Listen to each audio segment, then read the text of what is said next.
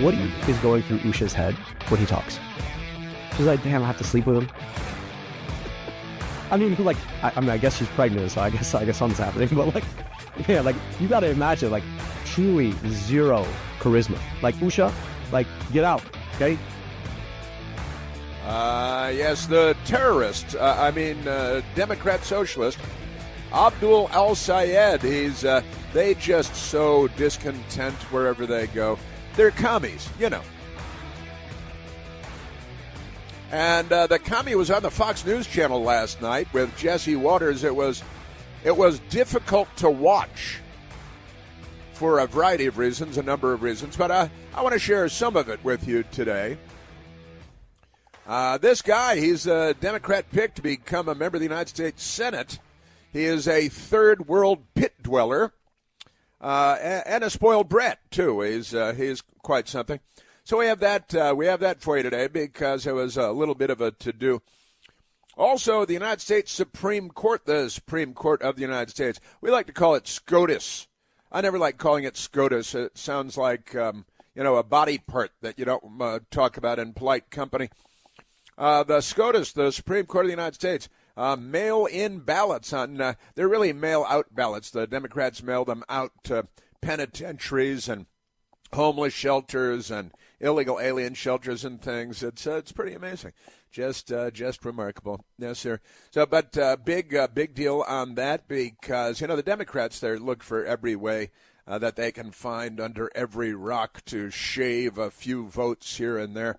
They round up all the homeless people and the drunks in the rehab centers, and they organize them. They bring buses to take them out on Election Day. That's why they love same-day registration. Because, I forgot that an election was coming every 4 years. So now, what am I going to do? I'm going to have to rush out that morning because I'm just out of drug rehab again.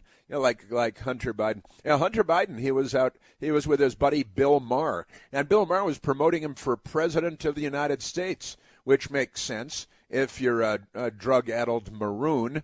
And most Democrats are. So we got that. We've got President Trump and Iran. I like to call it Iran. And, Iraq, Iran, speak very, very fluent Spanish. Bill Maher had him on there. And Hunter Biden, are you thinking about running for president? And even Hunter Biden was like, I'm trying to stay out of rehab. But the media machine for the Democrat Party is everywhere. And they promote every crackhead they can find to be president of the United States. Pretty amazing stuff. It is, and we were just listening to that terrorist. Which terrorist? Abdul al-Sayed, going after J.D. Vance and his wife, Usha, because he's a racist. That's the thing about him. And he, as the racists, as they are, they go around calling everybody else racist because it's a preemptive deflection technique that the left, they study it in school. I think they have it, if not as a major on campuses, they have it as a minor. It's an available minor. You can major in gender studies and minor in everybody's racist because the Democrats. Remarkable stuff. Also, ICE, Immigration Customs Enforcement, launching a gigantic raid, a dragnet, a sweep in the Washington metropolitan area, but in Maryland and Virginia, where they rounded up 1,328 illegal aliens. 400 of them have crimes under their belts already, like murder and things like that. And the Democrats are very angry. They're out there pounding on the hoods of other people's cars because they don't like to see criminals arrested. They're mostly family members, the way they look at it. Remarkable stuff. So we've got that, and a lot of people with really major, awful crimes, the usual things. It's, murder, rape, and then lots of larceny and other things because, that's like that. Target, the big store, it's a big box store. They have large boxes there. Target, they've got they're in a little trouble again because apparently Halloween is coming up fast, and I haven't been paying attention, but Halloween is coming up fast, and they're already selling Halloween costumes, and they've got a racist minstrel show costume for the kiddies that they have already pulled from the shelves because a Democrat noticed it and said, hey, wait a minute, that's Democrat World. You can't have Democrat World kids' costumes for Halloween. Because it looks like blackface and stuff, and Democrats, they're the showbiz people, they're the plantation people, they're everything related to all of that. But I'll get to that because Target had to pull this costume, Halloween costume, already. It's, I guess, the first Democrat Party Halloween is racist moment this year, just this year though, because you get at least one of these every year, usually a few of those every year. Pretty amazing stuff it is. Yes, sir. And I got and this also, Abdul Al-Sayed, talking to Jesse Waters last night. What a ridiculous clown this man is.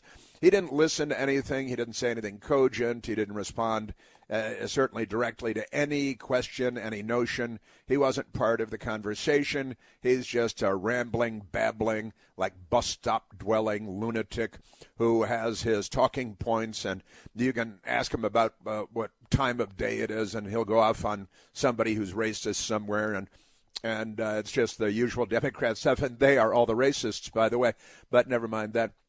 Remarkable stuff. Also, what is the number one cause of death in the United States of America?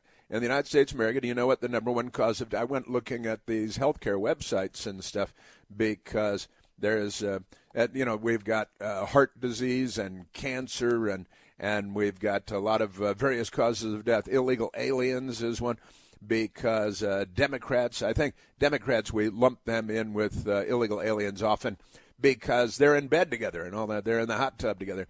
It's a hot oil hot tub. And they really need aromatherapy. They need a lot of at least some kind of aroma help because you got that. Number one cause of death in the United States of America. You might be surprised. It's kind of an interesting fact. And the Girl Scouts, this is another Democrat story because they're mentally ill. They're all mentally ill. The Girl Scouts of America, the Girl Scouts, and they have cookies and stuff. They have Girl Scout cookies, nice, and then they teach young girls. Girls are female humans, young female humans, and a woman is an adult female human. I've been saying that for a long time now, and kind of fun. I saw that on a T-shirt at a WNBA game a couple of days ago with Enes Kanter. Enes Kanter Freedom wearing his T-shirt with the dictionary definition of woman on the T-shirt right out of Webster's dictionary, where I've been using the definition for a long time. I think it's a handy thing. But listen to this, because now the Democrats, the Girl Scouts of America, have a new merit badge. Every now and then they get a new merit badge at Girl Scouts of America, and I think the Boy Scouts too. The new merit badge is the Muslim Merit Badge, for Girl Scouts. And you have to learn the 5 pillars of Islam, right? And you have to be able to recite the Quran and build a car bomb. It's interesting. The Girl Scouts, I didn't think they'd ever have to, for a merit badge, build car bombs, but here come. This is the Democrat Party. They're so open-minded that they just can't stop shooting people because they're mental, seriously mental people. They are. Now, here's a crazy story for you because I still have some friends. I have some friends, and a friend of mine who is he's a retired U.S. military person, and he is, and I know him from my Pentagon days. He's now in Canada. He doesn't live in Canada. He's visiting. He's got friends in Canada because, they're Canadians, but they're okay. So he's visiting friends in Canada. Some people have to have friends in Canada. Most Canadians live within like 20 feet of the U.S. border.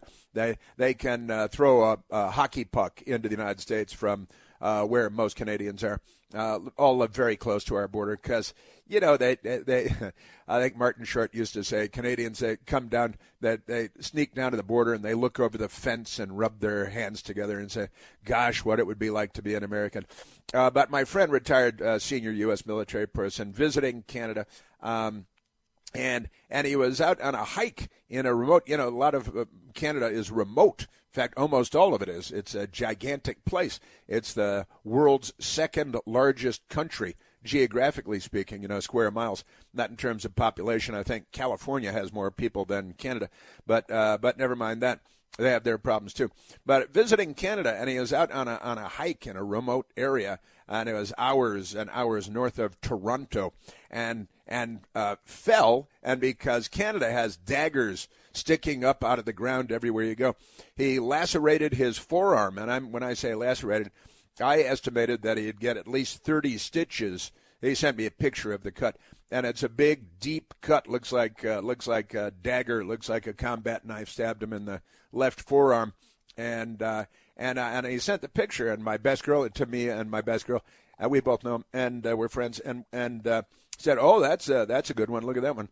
So we started talking about Canada and all this wild stuff, and then he sent this picture, and this all started because, he was in Canada, but he was listening to my Humble radio show, and I mentioned that yesterday was my best girl. It was our wedding anniversary, our 7th wedding anniversary, after shacking up for 25 years.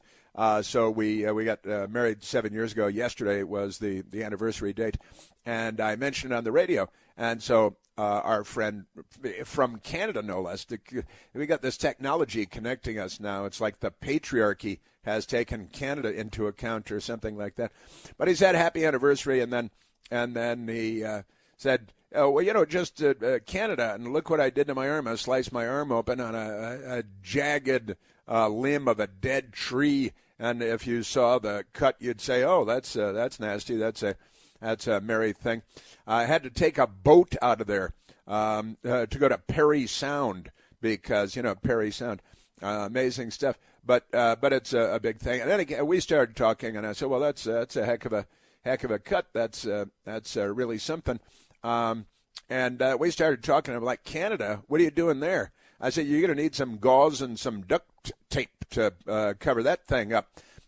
And talked about how long it took to get to the hospital because it's Canada and they got, Canadian health care and stuff. And amazing stuff. Said it had to take a boat and a car to get to the hospital and then get to the Canadian hospital. And waited for 30 minutes for triage just to start dabbing it with a little hydrogen peroxide, and some gauze.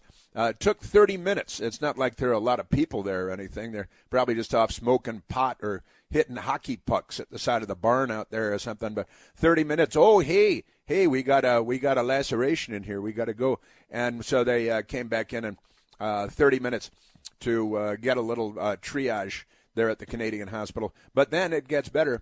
An 8-hour wait to get stitches. Because the stitches guy, he was off doing something else. He was getting a haircut in another part of the country. Isn't that amazing? And so it took 8 hours to get stitches. And I said, how many stitches? Looks like, I'm guessing like 30 stitches. He said, no, 12 stitches. I'm like, well, they're skimping on the old family recipe because there's no way that, I've had 12 stitches before and much smaller laceration than that. I'll tell you that.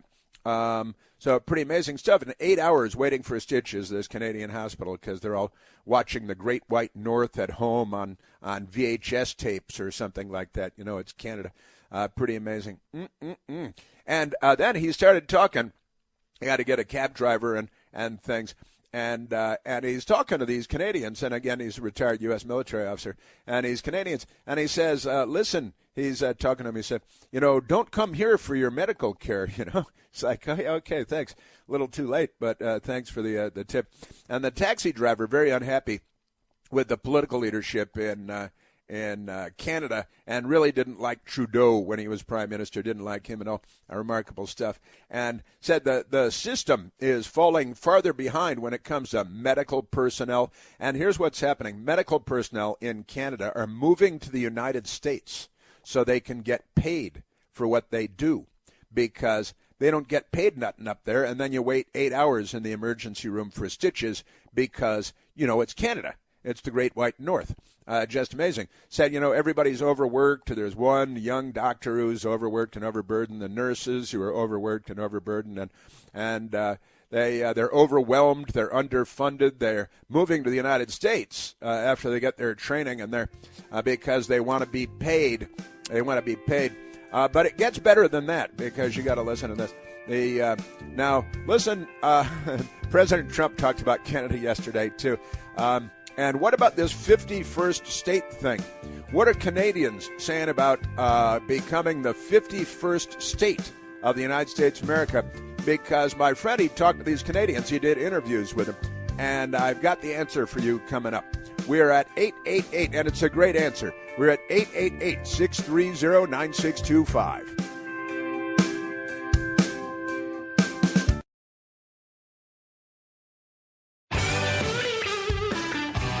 All right, so now listen to this, because it gets wild. It's wacky. It's fun. The President of the United States has a Truth Social account, because he owns Truth Social, so nobody's going to ban him from it. And again, my friend in Canada, and major laceration and stitches, and waiting 8 hours to get stitches, and the medical people there want to come to the United States to get jobs where they'll be paid for their skills and all of that stuff. And so listen to this. The president posted, just coincidentally, my friend was there, and I was already texting with him because of this major laceration in his arm. President Trump posted on Truth Social yesterday. He wrote, "The United States is giving serious consideration to changing the name of Lake Ontario to Lake America, in that we don't expect doing much business with Ontario any longer. Thank you for your attention to this matter, President Donald J. Trump." Now, this made us laugh. My best girl and I were having breakfast in bed again today, and having. I want to talk about our anniversary last night too. But this is funny, because we were already talking to our friend back and forth in text to Canada, with all this stuff going on, and the president said that, now this is, look, why do we always get the short end of the stick here, so to speak? We've got the Gulf of America to our south there, and Mexico borders part of the Gulf, and somehow we call it forever the Gulf of Mexico. Aren't we the big dog here? Aren't we, honestly? I mean, they're the Chihuahua in all of this. They're in Mexico. That's a Chihuahua. It's a province in Mexico, a state in Mexico. And so we're the big dog. They're the Chihuahua, and forever we call it the Gulf of Mexico instead of the Gulf of America. Now we call it the Gulf of America. Lake Ontario. I went to my Google Earth, which I do many times a day anyway, just to look at it. And Lake Ontario, it's one of the Great Lakes, of course. I grew up along Lake Michigan, Chicago, Illinois. And it's one of the Great Lakes. It's the easternmost Great Lake. And to the south, the southern border of Lake Ontario is all New York. It's the state of New York. And then the northern part of Lake Ontario is Canada. And you got little hockey arenas and stuff. And so why do we call it Lake Ontario? We could just call it Lake America, because do we have to keep reminding you people that you're Canada? We're the big dog. And then the Canadians, my friend talking to in Canada about statehood, asked him about statehood. What do you think about the 51st state thing? Well, you hear what the Canadians said.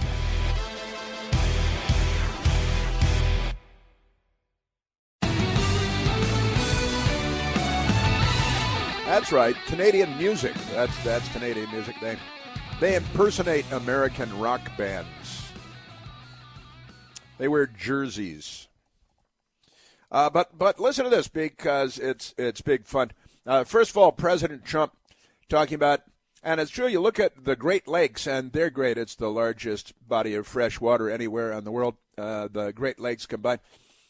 But you've got this Lake Ontario, and the southern half of the lake is bordered by New York. Why isn't it called Lake New York? It should be called Lake New York. What's on Ontario? Nobody can find Ontario on a map. Nobody's got that. Come on. Lake Erie is also bordered on the south by the United States of America. Ohio, not entirely, but mostly Ohio, and some New York too. And on the north, it's Canada. We shouldn't get. Lake Huron is half of the lake is surrounded by Canadian soil, and half of it really by Michigan, by U.S. soil. And then there's Lake Superior. It is. It's the northernmost of the Great Lakes, and it's the largest. I think we should change it to Lake America Superior, because America Superior says just got more information. And obviously we're superior to Canada. Come on. Canada is, again, large geographically, but there are only 40 people there. So they got that. That's fun. And now my friend who is there now, and he's visiting his Canadian friends and stuff. But listen to this, because it made me laugh. Said that he's talking to Canadians, that he had eight hours at the hospital waiting to get stitches. To get 12 stitches, I could have driven up there and given him stitches in 8 hours. But here's the thing. The Canadians warning him, listen, is to not let the United States fall into the socialized medicine thing, because it doesn't live up to the promises, and it gets worse every year, the Canadians were telling my friend. And listen, and as public health for people living under bridges and things like that, but you got private companies providing. We got all kinds of people. Most people in America love their health care insurance and all that. If you're not on the government health insurance plan, then it's good. And these commies, they want to have government health care for all, which people are fleeing in Canada whenever they can, and every place else for that matter. But isn't that amazing? And they're saying, and it's kind of funny to say, like health care. They don't call it health care. They call it sick care. Because you don't maintain your health. You wait until you get sick or you have a major laceration, and then you go deal with their allegedly free health care, which you pay for with everything you buy, from a can of Coke at the store to your car, and then with your health insurance all over again. But isn't that amazing? And so we got that. Now listen, here's the funniest part. I thought was the funniest part, because he's talking to Canadians, and he say, President Trump is talking about making you the 51st state. You'd become even bigger than Alaska, which is now our biggest state geographically. And so listen, the Canadians told him. Here's what the Canadians told him. Said, we don't need statehood. We're already a de facto state. We are effectively the 51st state now, but without any of the burdens. Canada enjoys all the benefits of statehood, but has none of the burdens of statehood. They pay their own taxes, and for their terrible failed healthcare, socialized healthcare system and all that, where you wait 8 hours to get stitches while you're bleeding out on the floor of an emergency room. But never mind that. Remarkable stuff. And he said, and this is the part that made me laugh. He said that the Canadians are saying, hey, we don't need to be the 51st state. We're basically a state now, just not officially. So they don't have to pay taxes. They're not. They don't have our debt. They don't have to. Of course, Americans don't have to join the U.S. military. But Canadians can come and join the U.S. military if they want, as a matter of fact, and they do. Canadians do come and join the U.S. military. But, we've got the Democrats are complaining the USS Abraham Lincoln aircraft carrier has been deployed for so long that Democrats are crying in Berkeley, California, because they're all mentally ill. But the Canadians there saying, first of all, stay away from socialized medicine. It's a failure. Our nurses, doctors are fleeing to the United States so they can be paid for their skills and all that. And they're saying, we don't want statehood. We enjoy all the benefits of statehood without any of the burdens of being a member state of the United States of America. And I thought that was pretty interesting, because that's certainly true. And I've been saying this for a long time, just because occasionally I make fun of Canada, and it's fun to make fun of Canada. But I've been saying this for a long time. Canada, they'd be the largest wheat field in the USSR were it not for the United States of America, because it's a big, maybe a cornfield, whatever. They got that canola up there, so they make things. They grow a lot of crops. It's a huge wheat field, and if it were not for us, we bought Alaska to give them a buffer zone between Russia, even before the Soviet Union came along, and themselves in Canada. and they're not really up to the task of defending themselves against the Soviet Union or the Chinese. We've always provided them defense, and we've done it silently and politely because we're very nice people. And I think I've told you the story before where my father, who was a Navy fighter pilot in World War II, before Pearl Harbor, he had gone up to Canada with a couple of friends of his, and they joined the Royal Canadian Air Force in order to get into World War II to go fight and kill Germans and Japanese, turns out, later on, too. But the Canadians, and then Pearl Harbor happened, and most of the Americans that went to Canada to join were allowed to come back and fight for the United States instead of for Canada, which was fighting for Great Britain, right? But I digress. Now, the Canadians, they've enjoyed the benefits of statehood forever and the protections of the United States of America forever. And now President Trump talking about turning Lake Ontario into Lake America, I think that's pretty funny. Also, Hudson's Bay maybe should become Trump's Bay. What do you think, Trump's Bay? All right, let's go to the telephones.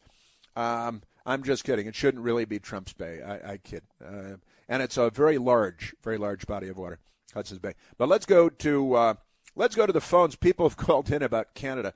Let's go to Randy first, calling from Knoxville, Tennessee. Randolino, you're on the Chris Plant Show. Hey, Chris. Hey, Randy. Hey, welcome. Your buddy Dr. Sebastian Gorka turned me on to your show last year. Is that right? No kidding. How about that? Yeah. I've been loving it. I was texting with Gorka over the weekend, as a matter of fact, down at the races and my plan for the IndyCar races. I was texting with Sebastian over the weekend. But that's great to hear, Randy. Hey, thanks. I just wanted to let you know, here in Tennessee, my buddies and all, we all decided to quit drinking Crown Royal Canadian whiskey and go back to good old Jack Daniel's Old Number 7 right here in Tennessee, and occasionally some good Kentucky bourbon. And we also decided to quit drinking Canadian maple syrup, and we've all switched over to Mrs. Butterworth. We were just reading the ingredients of Mrs. Butterworth. There's not a lot of natural syrup in there. Maple syrup, is there? No, there really isn't. But, it's a small price to pay. It's kind of, I put it in the same line, even though that stuff is just sugar and gross and all. It's kind of like paying a little bit more for gasoline to keep the Iranians from getting nukes. It's a small price to pay. Well, you're thinking big. You got the big picture in mind at all times. That's a very good thing. That is great. And look, we make great whiskey, certainly bourbon whiskey and Tennessee whiskey. We've got all kinds of great whiskey in the United States of America. And since this Canadian guy, the Prime Minister, his wife was living in the United States, works for an American company. I believe 2 of his 4 kids live in the United States now and go to college in the United States. His investments are in the United States and not in Canadian companies. He also, his investments are all American investments. His wife lives here. His kids live here. And he went to school here. He went to Harvard here, went to college, didn't go to college for a day in Canada. Then he went to Oxford for a minute for a postgraduate degree. That's in the United Kingdom. And so this Canadian Prime Minister guy now he's got a big mouth in the last few days about how he's going to be doing this and doing that, talking all big. And President Trump is having none of it. And it's kind of fun. But listen, Randy, I think it's fun that you've quit the Canadian whiskey thing. And I do think that's funny stuff. Let's see. And and maple syrup. That's funny, maple syrup.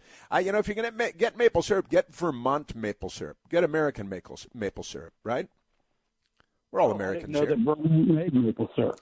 Yeah, sure, Vermont. It's the only thing they're famous for, really. What else do they have? They're not Bernie Sanders. Yeah, they got Bernie Sanders and maple syrup. I think of the 2, maple syrup is preferable. Absolutely. Should we change the name of Lake Champlain to something to do with Lake America, something like that? Get rid of that stupid French-sounding name. We should. We really should. We should, especially the French things. Oh, yeah, and that's another thing that was back and forth about the French language between the silly French Prime Minister who just wants to be an American, let's face it, goes to school at Harvard, wife is working here, wife's company is American, his investments are all here, his kids are going to college here. They'll probably marry Americans because, who wouldn't? Come on. Amazing stuff. These guys. Randy, thank you for the call. And fun that Gorka steered you. I'm going to have to ping Gorka about that. I'll tell him that you called. That's fun stuff. I appreciate it. Yeah, man. Thanks, Randy. Randy in Knoxville, Tennessee. Come on, you got Tennessee. You got all kinds of whiskey and all kinds of got bourbon whiskey. Got all kinds of great American stuff. Yes, sir. And also, where's that other whiskey thing I got here? I got another whiskey thing here that's kind of funny. But before we go to that, let's go to Peter calling from Falls Church, Virginia, who has also had some experience with the Canadian healthcare system, which is a real good deal, isn't it, Peter? Well, I enjoy your show, Chris. Yes, I had an experience in Canada when I was visiting Oakville on Lake America, and I had an emergency situation. Friend took me to Oakville Hospital, and before they would even open the door to the emergency room, they questioned me, took my credit card. I had to wait and wait. Then I finally got into the emergency room, waited for 8 hours like your friend. And there were actually two waiting rooms, one very crowded and one not crowded. I never discovered why I was kept in the crowded waiting room. But as I say, it's racism. Awful. I think it's racism.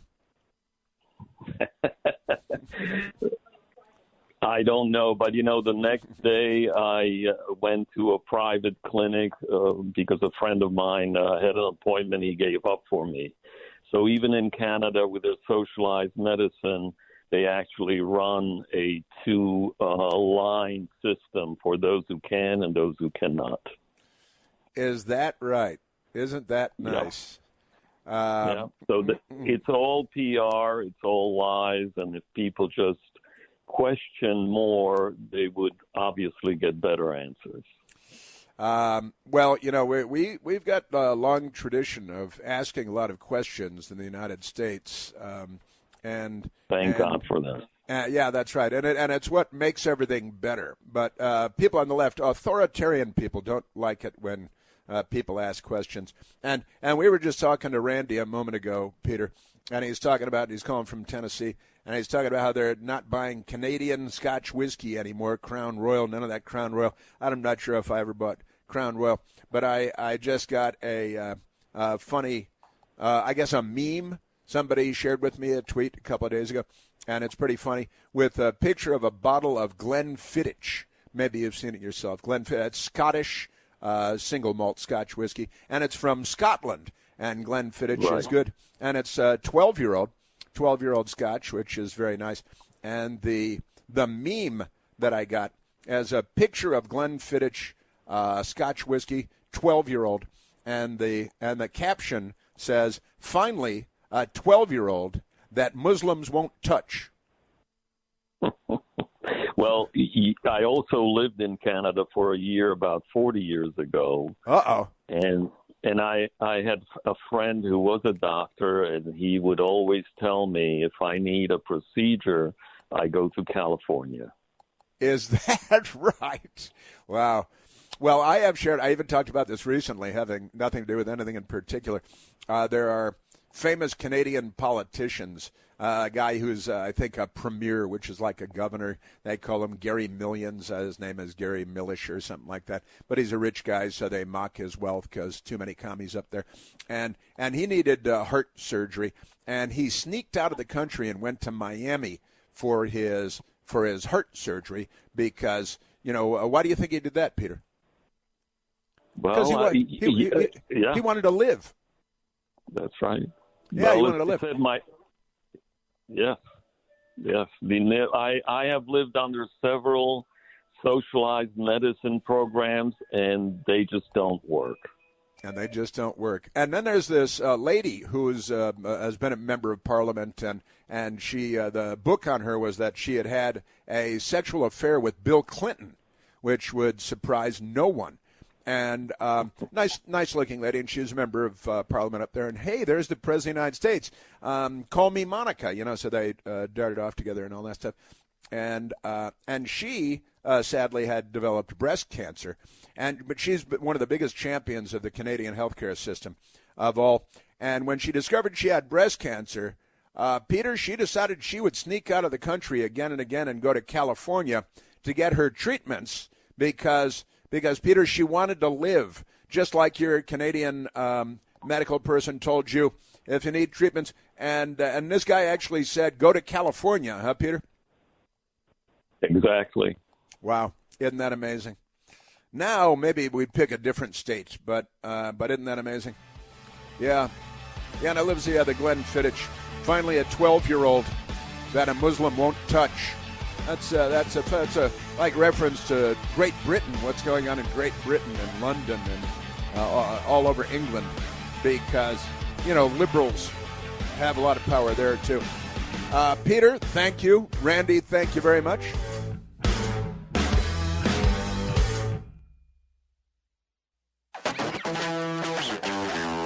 I'm just talking to Peter there a moment ago, and let me tell you something. I have this iPad in front of me, and it's connected to the internet thanks to the patriarchy. And I texted a friend of mine in Florida, Tom, and Tom's father and mother ran a timeshare in Florida on the ocean, Satellite Beach area, and it's a timeshare, so people have time. They come down for a week a year, a couple weeks a year. And then my buddy took over the operation for years and years. And I just texted him as soon as hung up with Peter there. I texted him, do you guys have Canadian snowbirds? They call them snowbirds, come down south in the wintertime, right? Do you guys have Canadian snowbirds that come down and get all of their medical appointments done in Florida? Ever hear of that, I said?